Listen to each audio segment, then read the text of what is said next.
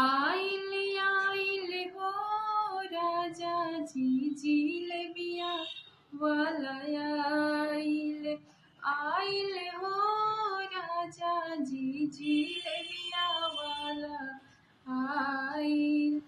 जब तू राजा जी जिलेबिया ना खरीदवा मारब हो राजा जी चला के बेलना मारब हो राजा जी चला के बेलना मारब।